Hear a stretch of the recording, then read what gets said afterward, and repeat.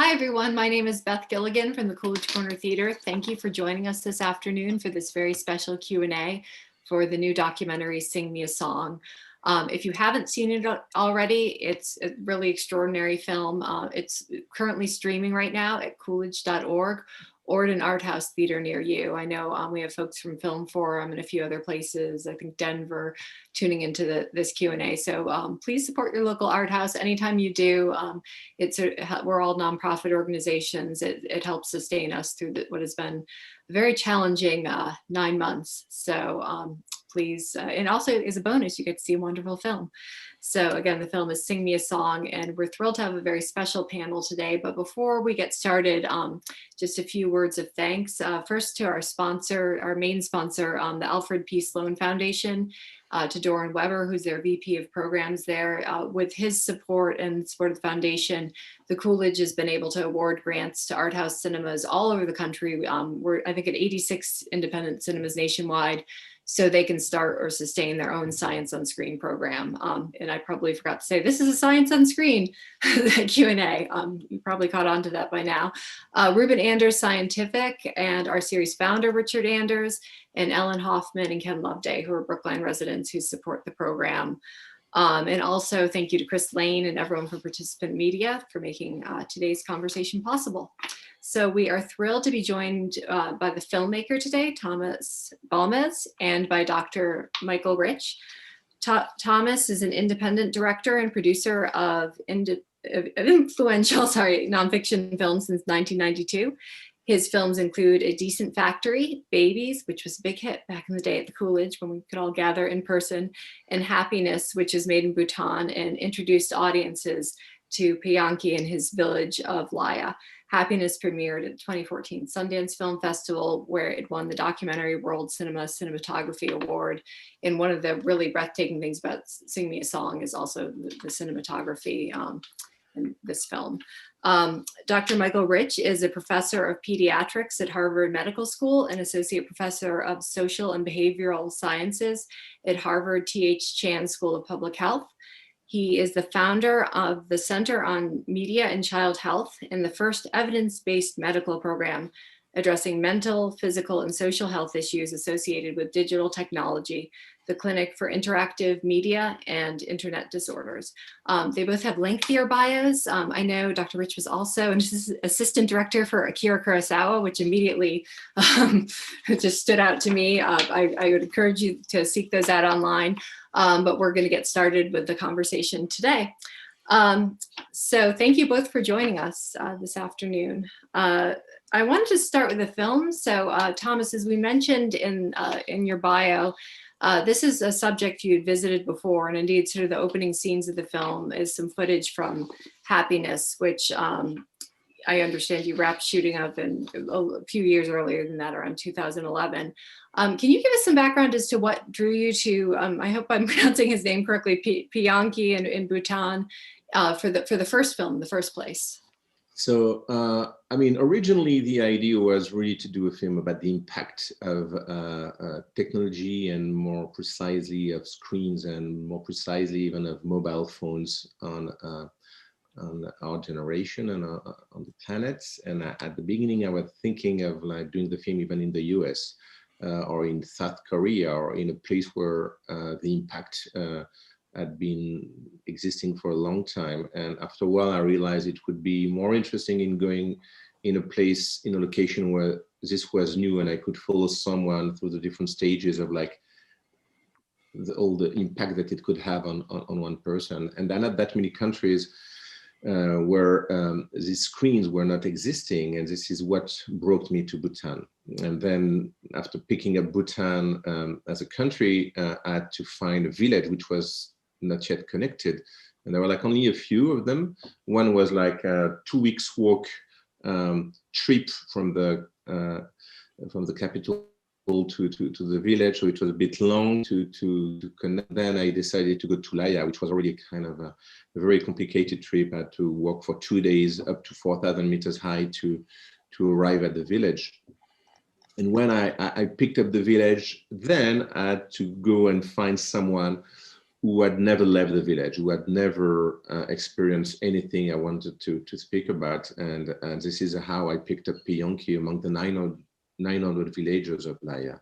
Yeah, he and his mother were spending most of the time looking after the yak, and he was about to go into the monastery, and he was like a very special child, very sad and very joyful in the same time. And there was something always reminding me of Jean-Pierre Léaud in the film 100 Blows with him, you know, something like I could spend days observing him and never getting bored. And so I thought this is maybe the right character I should pick up. And then I was supposed, in fact, to do Sing Me a Song when I planned to do Happiness. But because of crazy monsoons and heavy rains, the road which was supposed to bring electricity was totally wiped out and destroyed.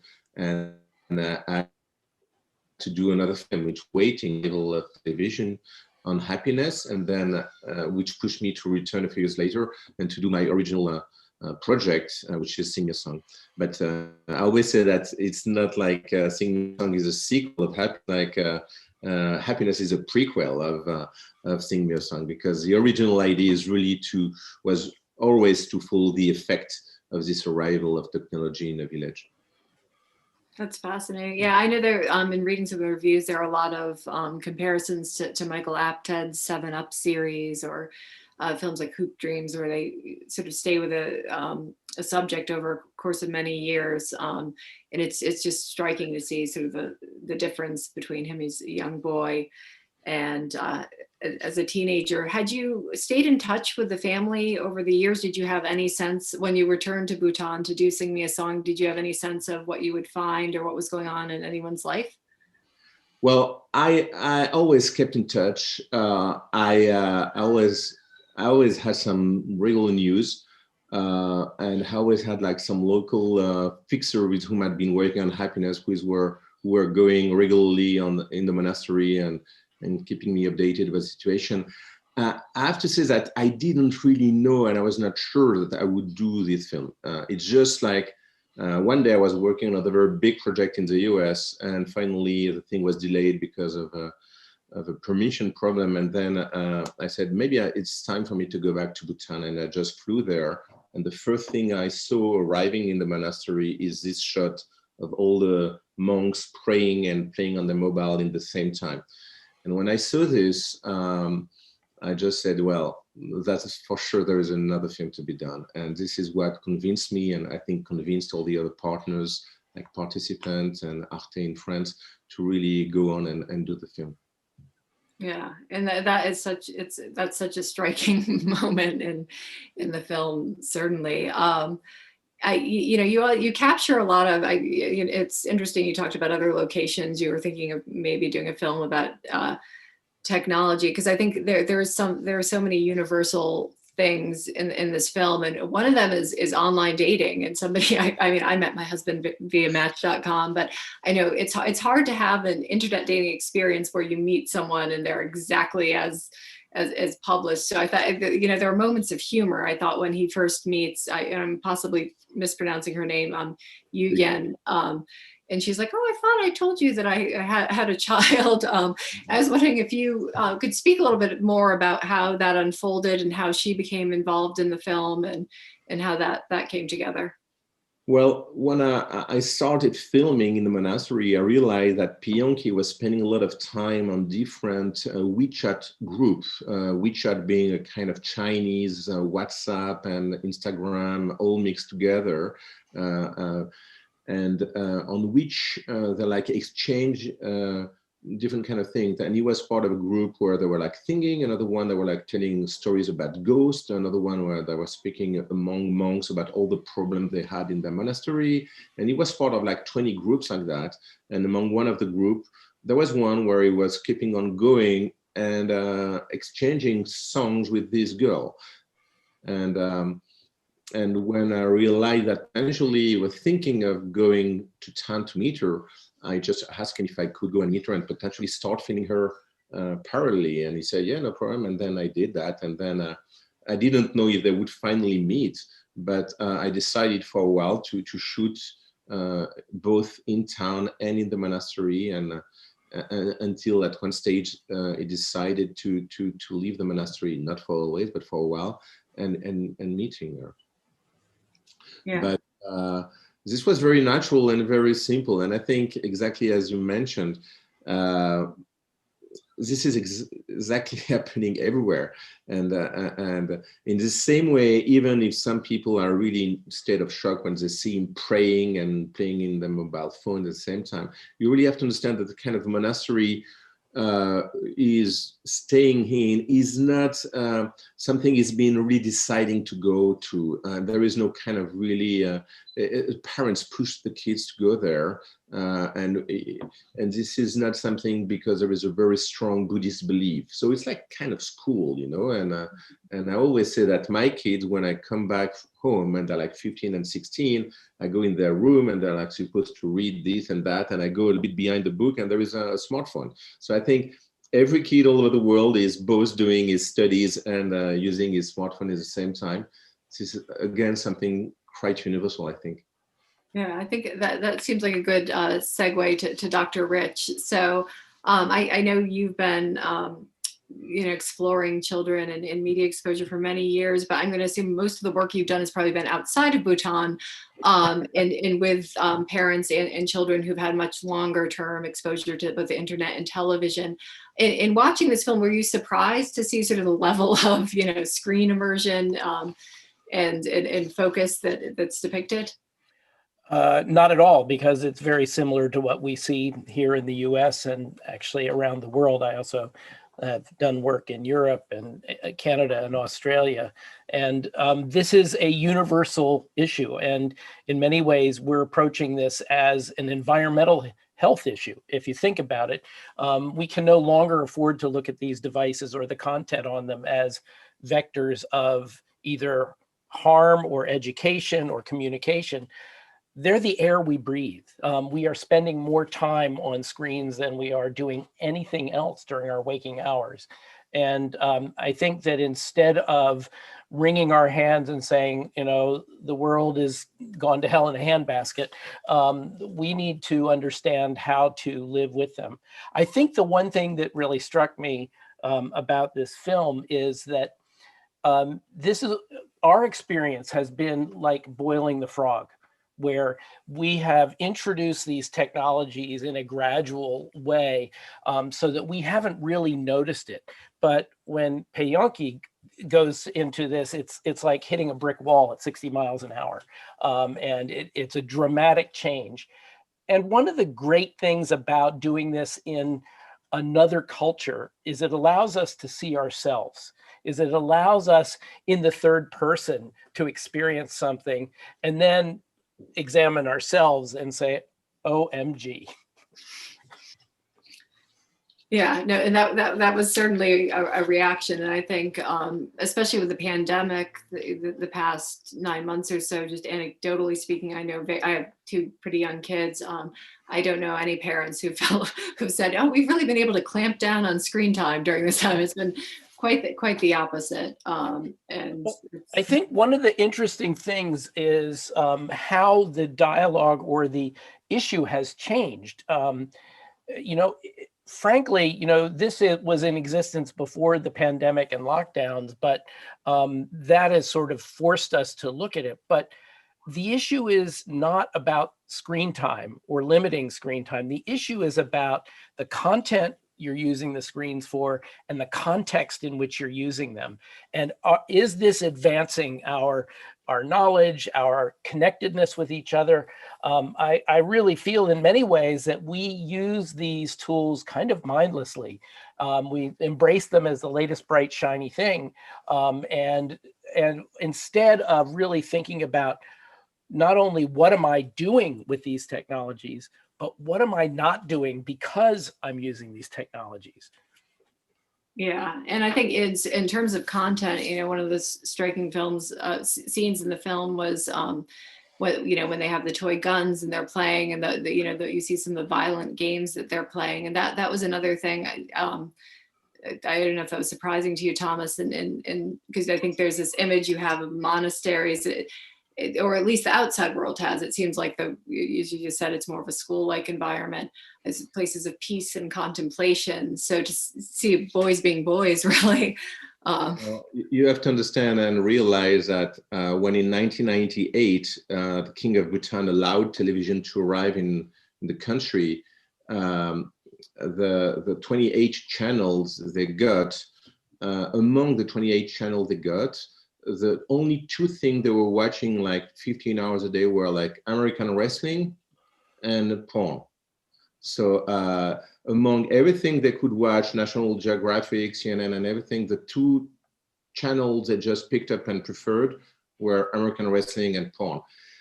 So I don't know what Michael can say about that, but Great. Throw it to me now. Well, if you think about it, both wrestling violence and porn are appealing to universal primal human drives, right? That they're going to, and because they had never had access to those things, they go to that. I mean, this is why people make cheap horror films, because they translate around the world very easily. You don't have to develop character, you don't have to have good dialogue, but life and death is something everybody can relate to, as is sexual desire. So I think that that's pretty normal if you think about it. And again, it was like going from 0 to 60 instantaneously, rather than gradually, the way the West has, if you will, Europe and the US and other countries. So I think that is very, very expected, really, from what we are seeing. I do think that one of the really interesting things, as you were talking about WeChat and online dating and all of that, is that, again, this is about how we are using these technologies rather than the technologies themselves. That unfortunately, one of the things that has gotten us in trouble with social media is that we have used social media much the way that corporations do, which is to market ourselves to the world. You did Match.com. I'm sure you didn't put a profile picture of you right when you got out of bed in the morning before you had a shower, right? I mean, we still be single, Michael. we do that. We put our best foot forward, but the other side of that is, by doing so, we are essentially marketing ourselves to the world, whether it's to get a date, whether it's to sell an idea or sell a product. And what we're not doing yet, but could do, is be authentic, be our genuine selves. And then we would be able to use this near infinite connectivity to deepen and broaden our connectedness with each other and with the world. Yet what we've done has essentially undermined our connectedness in the deep and sustaining ways that humans are connected with each other. Yeah, I think, and Thomas, you hinted at sort of a little bit of a generational divide, just parents sending the children to the monastery, and the film is primarily focused on Pianki and his fellow students, and I know his mother's in the film very briefly. But did you sense, in terms of the technology usage, I mean, was there sort of parental disapproval of that, or were the parents also did you find that they had their heads buried in the phone, or the elders at the monastery? In the monastery, all the head monk and all the people in charge are even maybe worse than the kids and the students. When I was going in the evening to speak about a potential shoot on the next day and speak to the adults, they were not playing with one mobile, but with two mobiles and one screen and a computer, and like having 3-4 screens in front of them. And not to put them into trouble, I didn't edit some shots I had with some of the head monks saying, you shouldn't do this, you shouldn't do that. And at the same time, his phone was ringing in the conversation. Oh, sorry. And it was a Facebook call from whoever. So I think it's going on every generation. Maybe the mother of Pianki, who is really older, doesn't get into that. And she has a very regular old phone and she doesn't understand. Also, shots which I didn't edit with all of the kids having a dinner at home, and she was by herself looking in her plate when all the kids, 6 of them, were like just all on the phone, which again is something I've been observing worldwide, and even in the US or in France or everywhere. So I would say that the situation is really exactly almost the same as anywhere. And they just went from 0 to become, in a few years, the biggest consumer of screens of all Asia. So they're just like, the fact of not having any culture, any distance, any kind of like background of understanding of the potential bad effect of that, they just went into it with absolutely no thought about the potential threat that it could come with. And again, I think maybe Michael can comment on that. It's just when you've been waiting for so long and you don't have our history with this. I mean, you know, we had TV and then internet and then this mobile phone. They went straight to all that in such a short time, which makes it very complicated for them to take it with measures. Yeah, and Yes, also the parents. I would actually speak to that. I actually, at one point in my career, did university health at a college. And one of the issues we had was there were some freshmen who would not show up at class because they were sitting watching General Hospital marathons. And when you talk to them, they were the ones whose parents sort of said, self-righteously, we don't have a television in our home. We don't do that stuff. And so frankly, after I do a talk for parents and teachers, there are usually a couple of parents who very self-righteously say, we don't have a television in our home. We don't have phones. We don't have computers. And my response is, go get them. Because you need to parent your child in this digital space. Otherwise, you're not preparing them to be critical thinkers and users in effective ways of these very powerful tools. And they're going to fall into that vortex that Thomas was seeing in Bhutan. I totally agree with you. And I've been experimenting that with my own kids. And I think it was the biggest mistake I could ever have done was try really to forbid all of them to have any kind of screen at home. And at the end, you can't deal with it. And I think this is the last thing to do. And you really have to think on how to speak about it and try to learn. And this is also something kind of amazing for me, is how little schools all over the world do teach media, do try to spend at least a few minutes, a few hours a week to try to educate the kids with what it means to be addicted to this and that, and how the social media and all the video games make you addict like drug addicts. And people say that potentially the parents should do that, but I think it's very difficult for the parents to do it. And to me, there should be some time in school being spent on trying to educate the kids with these addictions. Well, it depends on all of us. I mean, I think it's the schools, the parents, and one of the things that I think does exist in terms of the difference between generations is that the kids are so naturally facile with these tools that a lot of parents just basically check out of parenting them in the digital space. If you think about it, we talk about online and offline. Kids don't think about it as online and offline. It is one seamless environment for them. It is one, it is part of their reality. And a lot of parents sort of say, wow, my kid's so much better at TikTok or Instagram or Snapchat than I am. At least they're not selling drugs or having sex, right? And so they basically step back and don't parent in the digital space. And so that's another thing I really encourage parents to do, is be present in your child's digital life, because they're spending as much time or more time there than they are anywhere else. Yeah. And this is our opportunity to teach them to function well and to use these tools in ways that help them be smarter and healthier and kinder to each other. Yeah, so we have a couple questions coming in from our YouTube audience. One of them, on a somewhat related note, is after seeing the film, did Bianchi have the reaction some have had too, about too much screen time? I guess the first question is, has he seen the film, and did he have sort of like a, whoa, I guess maybe I should put the phone down kind of reaction, or was he okay with it? Okay, so I mean, Well, he saw the film first in Bhutan when I came back to show it to him. But I would say the big reaction and the big kind of thoughts he had was coming after Toronto, where we had like 2 days of nonstop interviews with journalists who were asking him about everything. And then he came to me and he said, well, I realize it's not that good to spend that much time on the phone, and I think I'm going to change that. And he really did change what he's doing now with his phone, and instead of spending days on social network and all that, is being more active and is directing the other monks in the monastery by asking them to do this kind of dance and doing some kind of fake Bollywood films. And he is being very active, and I think it's a very positive impact of the film on his relationship to his phone, at least.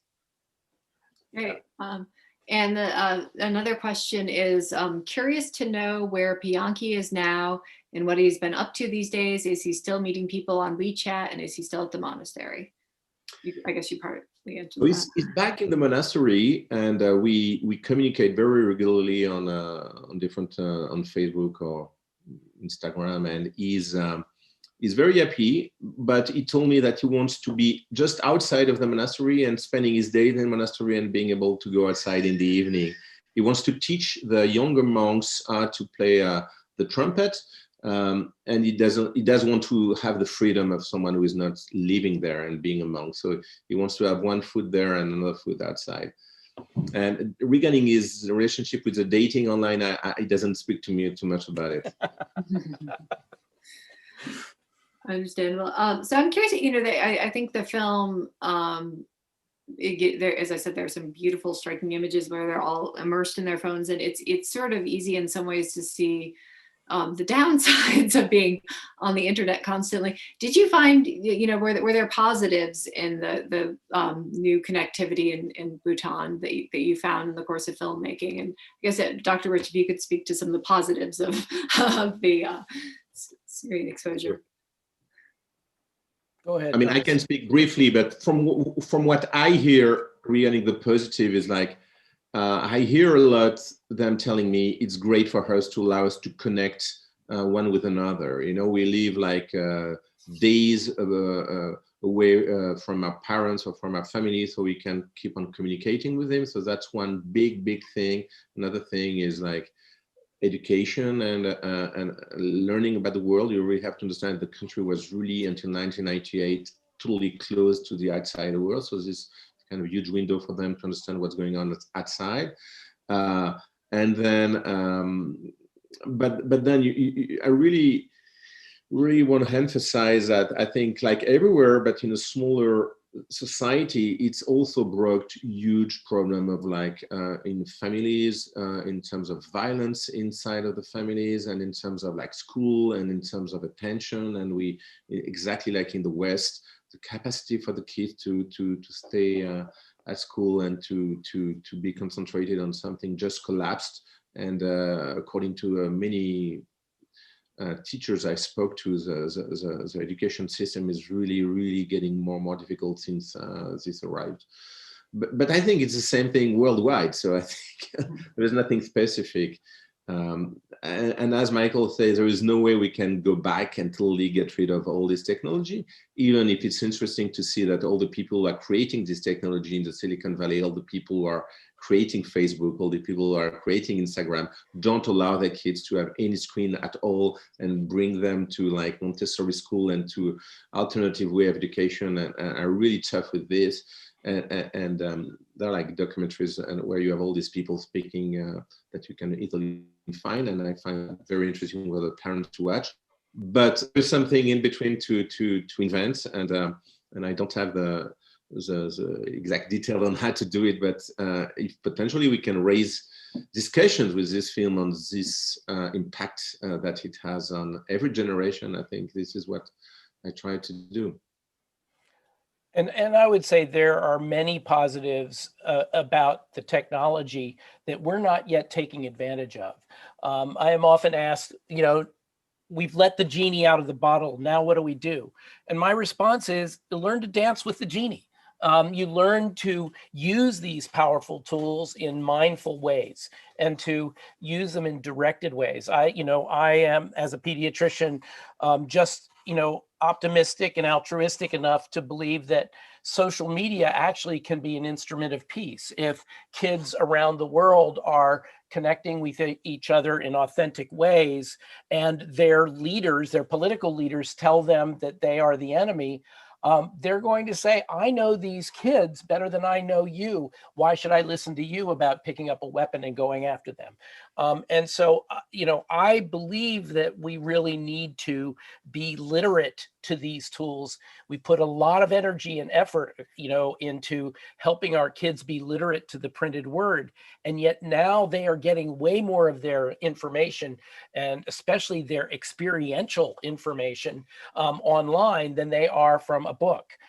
And so I think we really have to shift our education to help us be critical thinkers, help us use these tools in effective ways, and responsible ways, and also to be conscious of what we're doing with them, in the sense that what we do there is not just to receive, but to create and send. And so we need to mindfully create, recognizing that what we put there is going to go far, it's going to go fast, and it's going to be sticky. It's going to stay there wherever it goes somehow. And we will have to live with that digital footprint going forward. So I think that it should not be something we fear. And in fact, I often argue with folks in the tech community who, with the best of intentions, are talking about internet safety. And I push back and I say, we should stop talking about internet safety because it presumes the internet is unsafe. And what we should be talking about is internet mastery. We should be talking about using this tool in an effective way. We don't teach kids to use power saws by starting with don't cut your hand off. We don't teach kids to drive cars by saying don't run over people. We teach them to use these powerful tools when they are old enough to both need them and to handle them responsibly. And we teach them in ways that are shared with us. We sit in the front seat of the car with our kids, white knuckled, while they try to move it down the street. And so I think that we need to really rethink not only our kids' relationship with these devices, but our own relationship, in the sense that we need to take the responsibility to help them use it well. And they can use it well. And in fact, these days, kids are much more sophisticated and worldly in terms of their understanding of politics and things of that nature, because of these tools. But we also have to be conscious of what we are modeling for them. And so if we are busy staring at our smartphone and yelling at them, stop playing Grand Theft Auto, it's awful, we're sending a message that is, it's okay for me, but it's not okay for you. And instead, we should be playing that game with them and teaching them through the experience of why you might not want to rehearse stealing cars all afternoon. So I think that what we really need to do, as I say to people, instead of developing killer apps, we should develop our killer bees. And those are: be balanced in our use, be mindful in our use it in directed, focused way, but above all, particularly for parents, but for any relationships, be present. The biggest problem I see with these devices is it pulls us away from each other, because we are either involved in staring at that screen or thinking about what just came over it or thinking about what we're about to put on it. And we're distracted from each other. Yeah, we have so we have one more question that's come through YouTube, and then a final question, because we're a little bit over. I hope that's okay. And then final question for Thomas, and then probably wrap. But Dr. Rich, you sort of covered a bit of this with your last response. What ways can we help our youth expand their imagination during the digital age? What are we currently doing, and what are we not doing? Is the question. Bring back boredom. I've gotten so used to stimulating ourselves 24/7 by we can't get into an elevator or on a bus without pulling out our smartphone and looking at it. And if there isn't any message directed to us, there's always news, there's always memes, there's always Quora, there are things to do on it. And so instead of giving ourselves the space to think the new, we look at this and we accept whatever comes over it. So we are essentially ceding our minds and our hearts to other people, to complete strangers, and whatever they put out there. And boredom is where creativity and imagination happen, not just because it gives the empty space to move into, but because it's a little uncomfortable. And so instead of medicating ourselves with memes, why not think the new? Why not take that space and really, think of something that's never been thought of before? And I'm really worried that we are losing our abilities to do reflective thinking, to imagine, because it's so much easier to fill that space with something else. Absolutely. And just a final question for Thomas, because I think, by the end of this film, I sort of felt a close connection with Bianchi. You've seen him go through some interesting, the dating experience, and he's just trying to come into his own at a time, where there's all this technology. Have you thought about continuing to follow him on his journey? Is there any talk of that? Well, I don't know, but many people ask me, so this seems maybe obvious, but I think I'm going to do other stuff and try to let time pass and maybe go back in a few years for sure. And if there's something interesting, then I'm going to decide. I don't want to take a decision right now, but yeah, I'm definitely going to go and keep in contact with him and let it go depending on what's going on in the next years. Well, thank you both. Thank you for the beautiful film, Sing Me a Song. Again, if you haven't seen it, or your friends and family are looking for something amazing to watch, it's streaming at coolidge.org or at a local art house near you. So thank you again, and have a great afternoon. Thank you.